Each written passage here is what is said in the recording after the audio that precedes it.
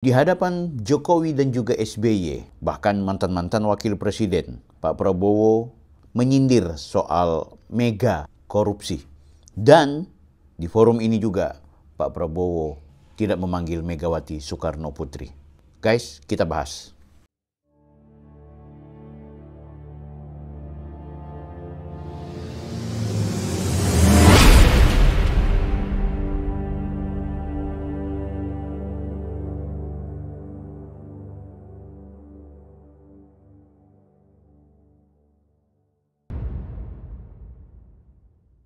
Halo, Anda kembali bersama saya lagi, Bang Bil. Di video kali ini saya mau mengajak kepada Anda semua untuk mari kita dengarkan bersama pidato yang hebat dari seorang Presiden Republik Indonesia, Prabowo Subianto. Sekaligus momentum pidato ini berkaitan dengan peluncuran adanya program Danantara, yang kemudian juga sekaligus pembentukan badan yang melakukan pengelolaan, termasuk yang mengawasi Danantara tersebut. Dan yang paling menarik adalah dalam video ini Megawati tidak tampak, padahal ada dua mantan presiden sebelumnya, yaitu Pak SBY dan Jokowi. Dan dalam forum ini juga Pak Prabowo membahas soal isu mega korupsi. Saudara-saudara sebangsa dan setanah air, bulan Agustus ini bangsa yang kita cintai, bangsa Indonesia, akan dengan bangga merayakan 80 tahun kemerdekaan. 80 tahun. Selama 8 dekade, kita telah menghadapi berbagai tantangan dan ujian. Namun, kita tidak pernah goyah dalam mewujudkan visi membangun Indonesia yang sejahtera. Kita telah berkorban begitu banyak demi menjaga negara kesatuan Republik Indonesia dan menegakkan cita-cita luhur yang menjadi dasar berdirinya bangsa kita. Pak Budiono ya. Namun di tengah perayaan atas capaian yang telah kita raih, kita juga harus berani menghadapi kenyataan. Kita harus bertanya kepada diri kita sendiri.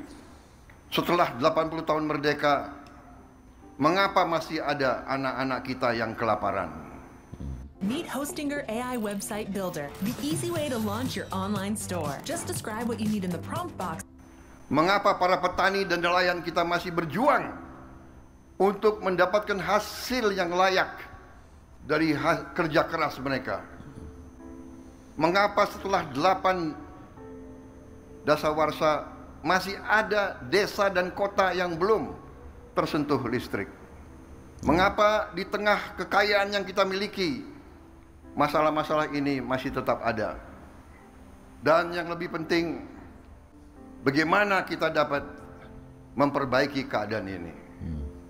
Bukan karena kita kekurangan sumber daya, tapi mungkin karena cara kita mengelola dan memanfaatkannya belum sepenuhnya memberi manfaat sebesar-besarnya bagi rakyat. Inilah kenyataan yang harus kita akui. Karena perubahan yang berarti hanya bisa dimulai dari keberanian untuk melihat kebenaran. Keberanian untuk melihat kekurangan-kekurangan kita. Mengelola dan memanfaatkan sumber daya alam yang dianugerahkan Tuhan untuk sebesar-besarnya kesejahteraan rakyat dan masa depan Indonesia adalah tugas utama kita. Sebagaimana diamanatkan dalam pasal 33 Undang-Undang Dasar 1945 ayat 1 yang berbunyi, perekonomian disusun sebagai usaha bersama berdasar atas azas kekeluargaan.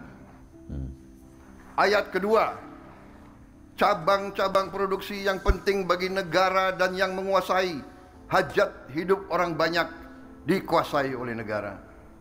Ayat 3, bumi dan air dan kekayaan alam yang terkandung di dalamnya dikuasai oleh negara dan dipergunakan untuk sebesar-besar kemakmuran rakyat. Azas-azas ini harus menjadi pedoman kita dan memang telah menjadi pedoman kita dalam memastikan bahwa kekayaan nasional benar-benar memberi manfaat bagi seluruh rakyat Indonesia.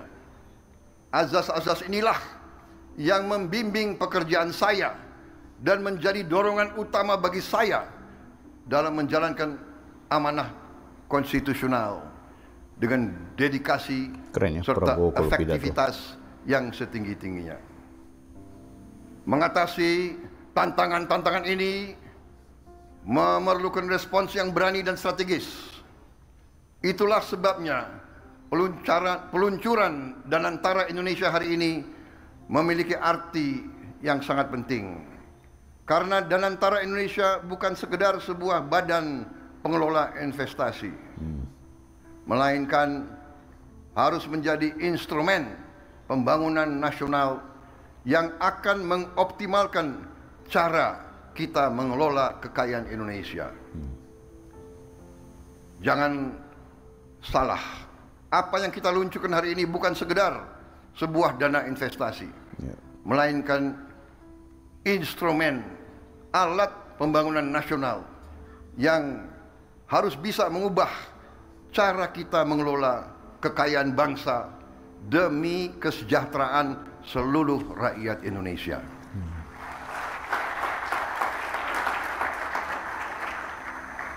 Kita telah membuktikan komitmen dalam mengelola kekayaan negara dengan disiplin keuangan yang ketat dan tata kelola yang bertanggung jawab.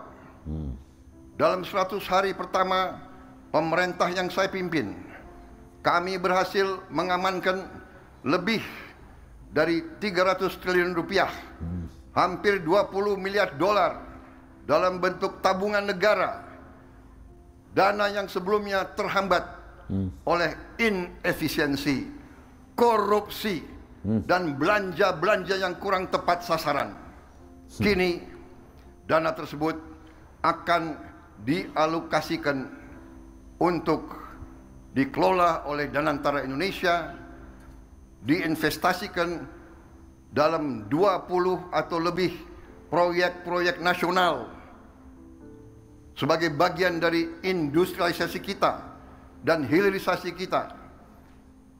Proyek-proyek yang berdampak tinggi yang akan menciptakan nilai tambah yang signifikan untuk bangsa kita, menciptakan manfaat nyata, lapangan kerja yang bermutu, dan kemakmuran yang berjangka panjang bagi masyarakat Indonesia. Kita tidak mau lagi menjual sumber alam kita murah. Kita tidak mau jadi sumber raw material bagi bangsa lain. Kita bertekad ingin menjadi negara maju. We have already proven our commitment to managing Indonesia's wealth and assets with very careful financial discipline and responsible governance.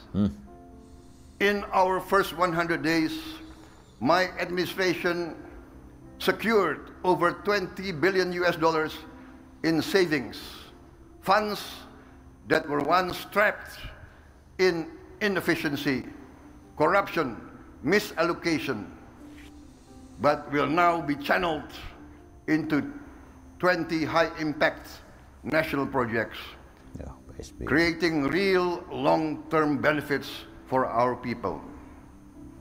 Saya bersama pemerintah yang saya pimpin didukung oleh koalisi yang solid, bertekad keras untuk membangun suatu pemerintahan yang bersih, yang bebas dari korupsi. Saya akan melawan korupsi dengan sekeras-kerasnya dan dengan segala tenaga dan upaya yang bisa saya kerahkan tanpa pandang bulu.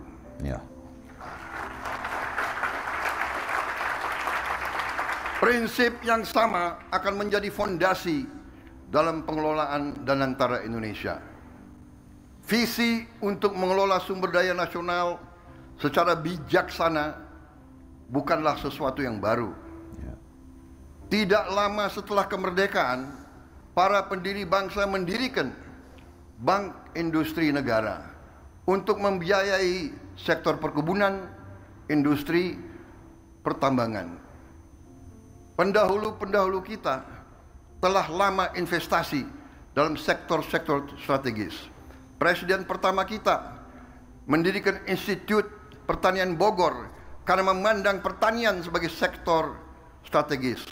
Bung Karno pernah mengatakan, the stomach cannot wait. Kita tidak boleh mengizinkan kelaparan yang ada di Indonesia. Presiden kita pertama pun yang membesarkan Institut Teknologi Bandung karena kita untuk merdeka, untuk sejahtera harus menguasai teknologi. Presiden kedua meneruskan pembangunan dan semua presiden-presiden kita membawa kita sampai kita sekarang hari ini bisa meluncurkan Danantara Indonesia. Presiden Habibie, Presiden Abdurrahman Wahid, Presiden Megawati, Presiden Susilo Bambang Yudhoyono, Presiden Susilo Bambang Yudhoyono dan Presiden Joko Widodo semua telah memberi peran dan memberi sumbangan yang sangat besar bagi bangsa Indonesia. Dan sekarang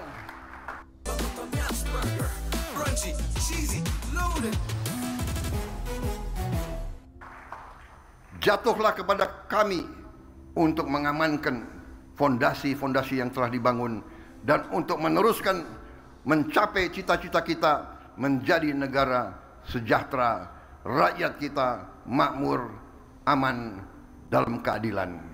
Saudara-saudara sekalian, kini setelah hampir 80 tahun berlalu,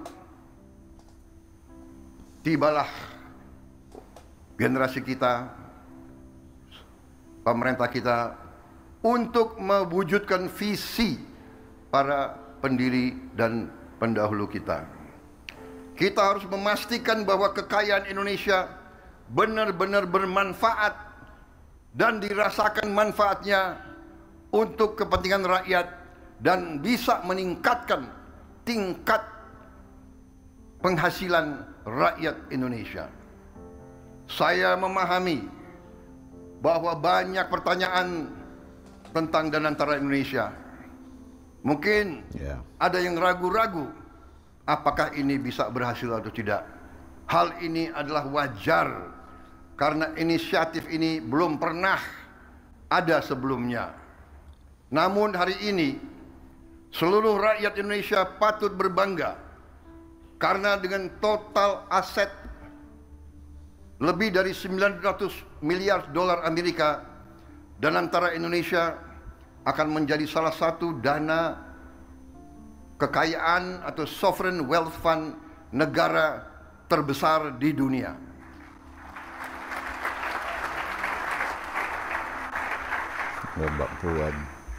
I know and I realize that there are many questions about Danantara Indonesia. This can be expected because this is a new initiative, unprecedented in our history. Today, all Indonesians can be proud to learn that with total assets of more than 900 billion US dollars under management, Danantara Indonesia will be one of the world's largest sovereign wealth fund. Danantara Indonesia adalah solusi strategis dan efisien dalam mengoptimalkan badan usaha milik negara. Kita tidak hanya akan menginvestasikan dividen BUMN ke industri-industri yang mendorong pertumbuhan jangka panjang, tapi juga akan mentransformasi BUMN kita menjadi pemimpin kelas dunia di sektor masing-masing. Perusahaan yang kompetitif, profesional, dan terintegrasi dalam ekonomi global. Kita ingin melihat lebih banyak BUMN Indonesia masuk dalam daftar Global Fortune 500. Membuktikan bahwa Indonesia bukan sekedar pengikut, tapi Indonesia juga dapat menjadi pelopor dan pemimpin dalam perekonomian dunia. Gelombang pertama investasi senilai 20 miliar dolar Amerika dalam kurang lebih 20 proyek strategis bernilai miliaran dolar akan difokus pada hilirisasi nikel, boksit, tembaga, pembangunan pusat data kecerdasan buatan, kilang minyak, pabrik petrokimia, produksi pangan dan protein, aquakultur, serta energi terbarukan. Keren. Inilah sektor-sektor yang akan menentukan masa depan kita, ketahanan kita, dan kemandirian bangsa kita. Pembentukan dan antara Indonesia menandai era baru bagi badan usaha milik negara, yang kita pandang bukan hanya sebagai entitas bisnis, tapi sebagai aset nasional yang akan menjadi agen pembangunan dan pertumbuhan, fundamental bagi pertumbuhan ekonomi dan kesejahteraan rakyat. Oleh karena itu, BUMN harus beroperasi dengan standar yang tinggi, governance yang terbaik. BUMN harus mengembangkan inovasi, gagasan besar, transparansi, kemajuan teknologi, sekaligus menjaga disiplin, kehati-hatian, serta komitmen terhadap tata kelola yang baik dan pengelolaan yang bertanggung jawab. Kolaborasi antara Indonesia, BUMN, dan mitra sektor swasta, dan UMKM serta koperasi akan menjadi kunci dalam memaksimalkan peran mereka dalam pembangunan nasional. Keren. Namun, ikhtiar kita terhadap Danantara Indonesia tidak berhenti di dalam negeri saja. Danantara Indonesia juga akan menjadi agen bagi peran global Indonesia yang semakin kuat.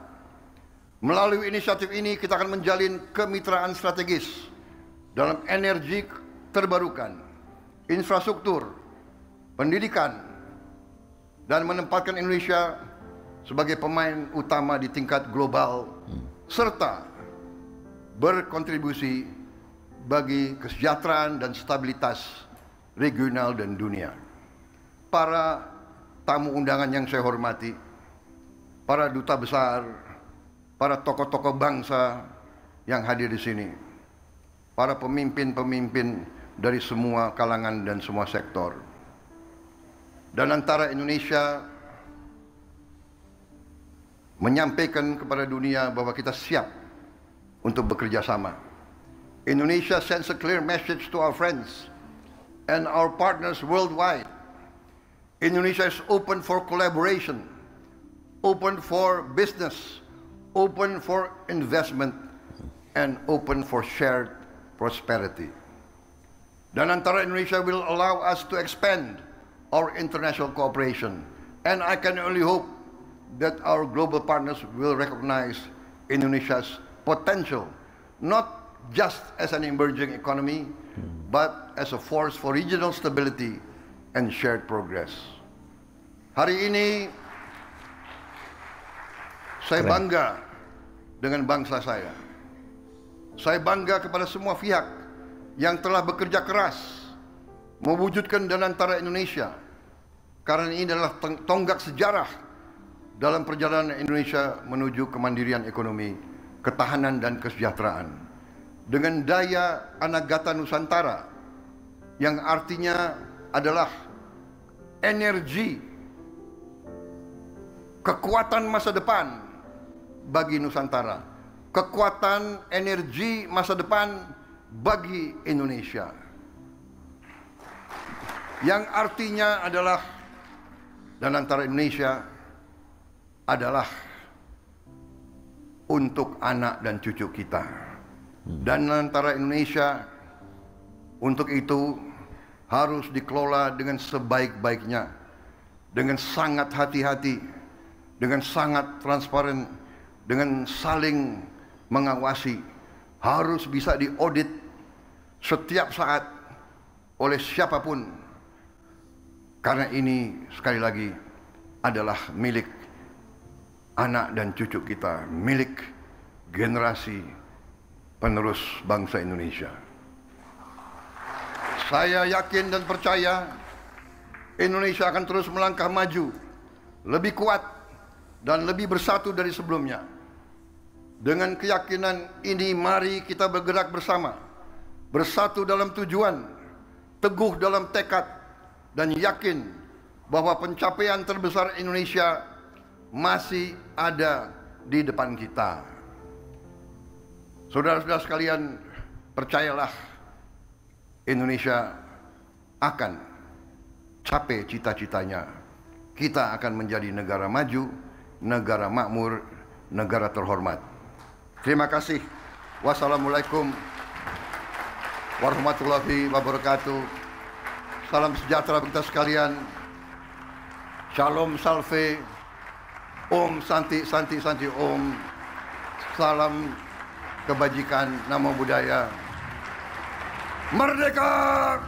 Merdeka. Merdeka! Merdeka! Terima kasih. Oke guys, keren sekali ya pidatonya Pak Prabowo tadi. Aku yakin kita yang mendengarkan ini juga dapat semacam semangat baru untuk bangsa kita. Terutama janji Pak Prabowo lewat Danantara, bagaimana uang rakyat akan dikelola dengan baik untuk kepentingan bisnis, kepentingan pertumbuhan, kepentingan pengembangan ekonomi. Dan yang paling menarik adalah bagaimana kemudian dari Danantara ini anak cucu kita akan mendapatkan dan merasakan bagaimana kemajuan Indonesia dari semua subsektor. Nah guys, yang paling menarik dari video ini adalah ternyata peluncuran dan juga pembentukan badan yang mengelola Danantara ini tidak dihadiri oleh Ibu Megawati. Padahal Pak Prabowo sudah pernah menyinggung yang namanya Danantara itu juga akan diawasi oleh mantan-mantan presiden, mantan-mantan wakil presiden gitu, sehingga untuk mempersatukan semua kekuatan pemimpin yang ada di Indonesia dalam rangka menyelamatkan masa depan Indonesia.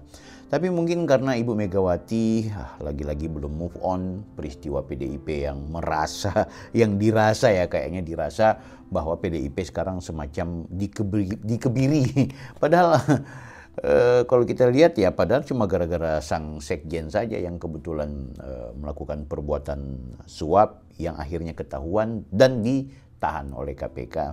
Tapi akhirnya Megawati justru tidak menunjukkan sikap bahwa dia mau menjadi bagian dari pemerintahan Republik Indonesia yang dikelola oleh Pak Prabowo Gibran. Ya, tapi mungkin juga ini pilihan dari PDIP ya. Selain pilihan, atau mungkin juga Pak Prabowo sudah tahu ya ngapain kita melibatkan. Mending Pak SBY dan juga Pak Jokowi serta mantan-mantan wakil presiden lain yang punya komitmen yang sama untuk menata masa depan Indonesia.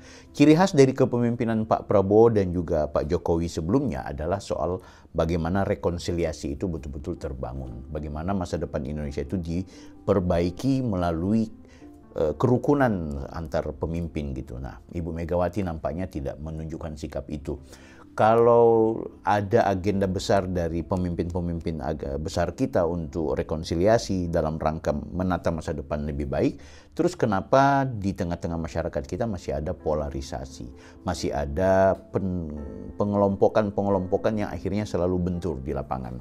Sehingga itu saya bilang kepada teman-teman yang hari ini anti Jokowi, anti Prabowo, anti SBY juga mungkin, ayo lewat pidato Pak Prabowo tadi itu seharusnya membangun tekad kita bersama untuk hidup dalam satu kerukunan, untuk hidup dalam satu kebersamaan, dan memberikan kepercayaan sepenuhnya kepada pemerintah kita. Tadi menggebu-gebu Pak Prabowo itu bilang bahwa akan sangat hati-hati mengawal Danantara ini. Ada uang besar yang dimiliki oleh Republik Indonesia yang akan dikawal dengan baik. Ya, tentu kita berharap, kita doakan, tanggung jawab penuh kita serahkan, tapi kemudian kita juga harus mengontrol, jangan sampai ada upaya-upaya yang justru memanfaatkan apa yang menjadi kepercayaan rakyat ini untuk kemudian dilakukan korupsi di dalamnya.